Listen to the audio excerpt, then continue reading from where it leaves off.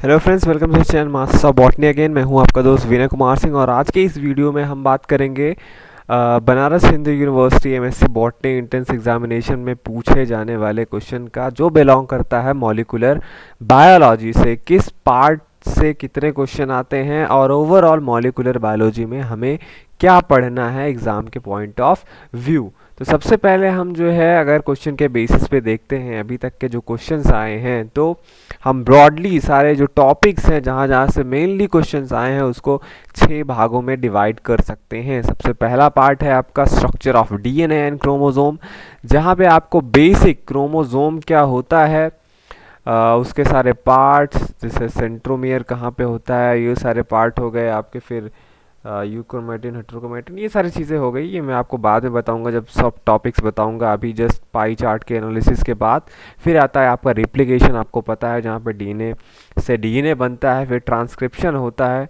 Transcription के बाद से ट्रांसलेशन है, वो चौथा टॉपिक है आपका। फिर ट्रांसक्रिप्शन और ट्रांसलेशन को रेगुलेट कैसे किया जाता है, आपके जो ओपेरॉन मॉडल एक्सेट्रा हैं उसके बेसिस से जो डिस्कवर हुआ है कि कैसे रेगुलेशन होता है, तो इसमें आप वो चीज़ें पढ़ते हैं।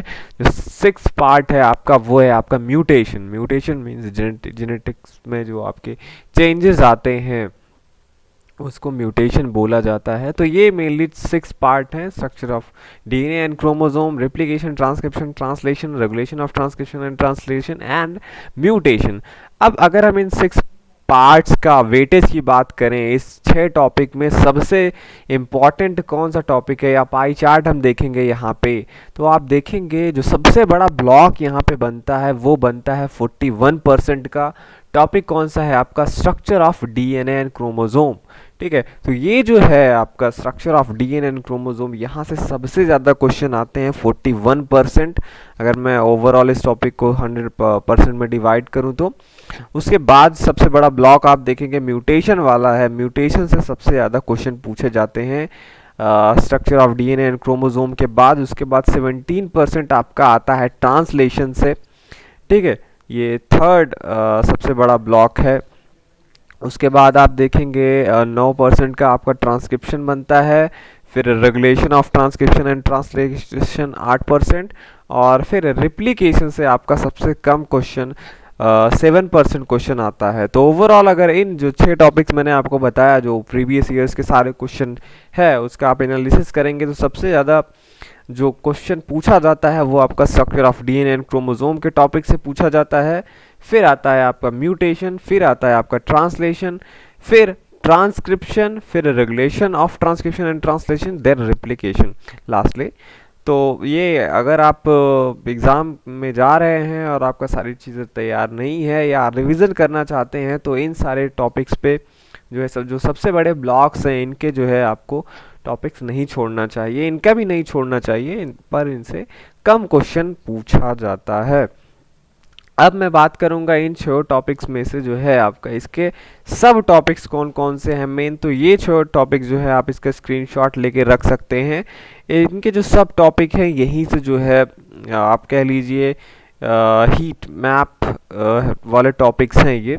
Structure of DNA and chromosome में आपको जैसे एनओआर रीजन क्या होता है, कैरियोटाइप, हर्शे-चेस का जो एक्सपेरिमेंट था वो आपको याद रखना है। सेंट्रोमियर, टीलोमियर क्या होते हैं, टाइप्स ऑफ ट्रांसपोजॉन्स, ट्रांसपोजॉन्स क्या होते हैं, उनके कितने टाइप होते हैं, हिस्टोन मॉलिक्यूल्स क्या है, nucleosome model, solenoid model, compaction factor जो है इन कैसे जो डबल स्टैंडर्ड डीएनए होता है, जब धीरे धीरे वो न्यूक्लियोसोम फिर सोलेनॉइड या क्रोमोसोम बनता है, तो कॉम्पैक्शन फैक्टर में किस तरीके का डिफरेंस आता है, जेड डीएनए, बी डीएनए, ए डीएनए क्या है, कैलकुलेशन ऑफ, जैसे आपको दे दिया जाए कैलकुलेट करने को कि एक डीएनए में इतना ए है इतना जी है, तो वही calculation of percentage of different basis in DNA, satellite DNA, ये सारी चीज़ें क्या हैं ये आपको पढ़ना है structure of DNA and chromosome. और ध्यान में रखिए इस पाई चार्ट से मैंने आपको बताया सबसे ज़्यादा क्वेश्चन यहीं से पूछे जाते हैं, तो इन सारे टॉपिक्स पे आपका पूरा कमांड होना चाहिए।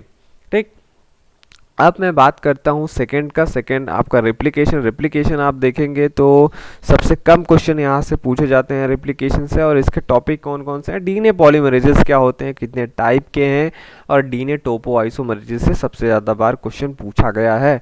थर्ड टॉपिक की हम बात करते हैं तो वो है आपका ट्रांसक्रिप्शन। ट्रांसक्रिप्शन को अगर हम देखते हैं तो ट्रांसक्रिप्शन ये फोर्थ हाईएस्ट सबसे बड़ा ब्लॉक आप कह सकते हैं है। यहाँ के जो इम्पोर्टेंट टॉपिक्स हैं वो है exons and introns, RNA polymerases के टाइप्स वगैरह जो भी हैं क्या वो ट्रांसक्राइब करते हैं, डीएनए मेथाइलेशन क्या है, sense stand, coding stand, anti sense stand, positive stand, ये सब आपको ध्यान में रखना है, इनके बीच में डिफरेंसेस क्या हैं। अब चलते हैं हम चौथे पे, ट्रांसलेशन जो आपका टॉपिक है। ट्रांसलेशन की बात करें तो ये आता है 17%, थर्ड सबसे बड़ा ब्लॉक है ये ट्रांसलेशन। यहाँ से आप को डिफरेंट एंटीबायोटिक्स के बारे में पढ़ना है जो ट्रांसलेशन को अफेक्ट करते हैं। फिर टीआरएनए क्या है, वहाँ पे जो एंटी कोडॉन होता है उसके बारे में आपको पढ़ना है। स्टार्ट एंड स्टॉप कोडॉन कौन कौन से होते हैं, कोडॉन चार्ट के बारे में आपको नॉलेज होना चाहिए ट्रांसलेशन पढ़ने में, ठीक है। फिर फिफ्थ है आपका regulation of transcription and translation. मैंने आपको बताया ये 8% बनाता है, तो ये लास्ट से दूसरा है। यहाँ से भी काफ़ी कम क्वेश्चन पूछे जाते हैं। ओपेरॉन कॉन्सेप्ट क्या है, किसने दिया, ओपेरॉन क्या है, वहाँ पे रिप्रेशर प्रमोटर रीजन क्या होते हैं, और लाइसोजेनी जो है एक तरीके का, वहाँ पे भी देखेंगे जो वायरसेस में होता है वो कैसे, वहाँ पे कौन कौन सी प्रोटीन होती हैं जो वहाँ पे रेगुलेट करती हैं कि लाइसोजेनी बनी रहेगी या लिटिक साइकिल होगा, वो भी इम्पॉर्टेंट है। 6 पे चलते हैं हम, mutation, DNA repair and recombination वाला जो पोर्शन है। एक्चुअली डीएनए रिपेयर और रिकम्बिनेशन यहाँ पे नहीं है, मतलब ना के बराबर समझिए, म्यूटेशन से ही ज़्यादा क्वेश्चन आते हैं। और म्यूटेशन अगर हम देखेंगे तो 18%, ये सेकेंड हाईएस्ट जो है क्वेश्चन यहाँ से पूछे जाते हैं। और फिर इनके टॉपिक्स की अगर हम बात करें तो म्यूटाजेंस कौन कौन से हैं आपके पूछा जाता है, इसमें से कौन से पोटेंट म्यूटेजन है, बहुत सारे डिफरेंट टाइप के केमिकल म्यूटेजन वगैरह। फिर ट्रांसलेशन एंड ट्रांसवर्जन जो आपका टॉपिक है, जैसे प्यूरिन से पेरिमिडीन का कन्वर्जन होना, या प्यूरिन से प्यूरिन से ही, या पेरिमिडीन का पेरिमिडीन में ही कन्वर्जन, ये सब सारे टॉपिक्स इसी में आते हैं आपको म्यूटेशन में। म्यूटेशन क्या है, उसका नेचर कैसा होता है, म्यूटेशन होने पे कैसा मतलब रिसेसिव डोमिनेंट कैसा टाइप का म्यूटेशन होता है, ये सारी चीज़ें आपको इसमें पढ़नी है। तो ये लेक्चर में मैंने आपको बताया पूरा मॉलिक्यूलर बायोलॉजी में आने वाले आपके सारे क्वेश्चन को हम 6 भागों में डिवाइड कर सकते हैं, ये 6। उसके बाद मैंने आपको वेटेज बताया कि कौन सा टॉपिक का ब्लॉक सबसे बड़ा है, जैसे यहाँ पे स्ट्रक्चर ऑफ डीएनए क्रोमोसोम का पार्ट बड़ा है, फिर म्यूटेशन, फिर ट्रांसलेशन। तो इन सब पे चीज़ों पर आपको फोकस करना है। मैंने अब उसके मेन टॉपिक्स के भीतर भी मैंने आपको सब टॉपिक्स बताया जहाँ से सबसे ज़्यादा क्वेश्चन पूछे जाते हैं। इसका आप स्क्रीनशॉट लेके रख सकते हैं और इनका प्रिपरेशन कीजिए आप। तो आप ये वीडियो देख रहे थे आपके चैनल मास्टर सब बॉटनी पे। अगर आपने अभी तक सब्सक्राइब नहीं किया है तो ज़रूर सब्सक्राइब कीजिए, ताकि मैं फ्यूचर में जो भी वीडियोस डालूंगा आपके पास सीधे पहुंचता है उसका नोटिफिकेशन कि इस चैनल ने एक वीडियो डाला है। और इस वीडियो के डिस्क्रिप्शन में भी मेरे ओल्ड वीडियोस के लिंक है, वहाँ पे आप जाके टॉपिक का नाम पढ़ के उस पर डायरेक्ट जा सकते हैं। तो चलता हूँ मैं, मिलूँगा आपसे नेक्स्ट वीडियो में कोई और टॉपिक के साथ, उसके इम्पोर्टेंट पॉइंट के साथ। Okay, thank you for watching this video.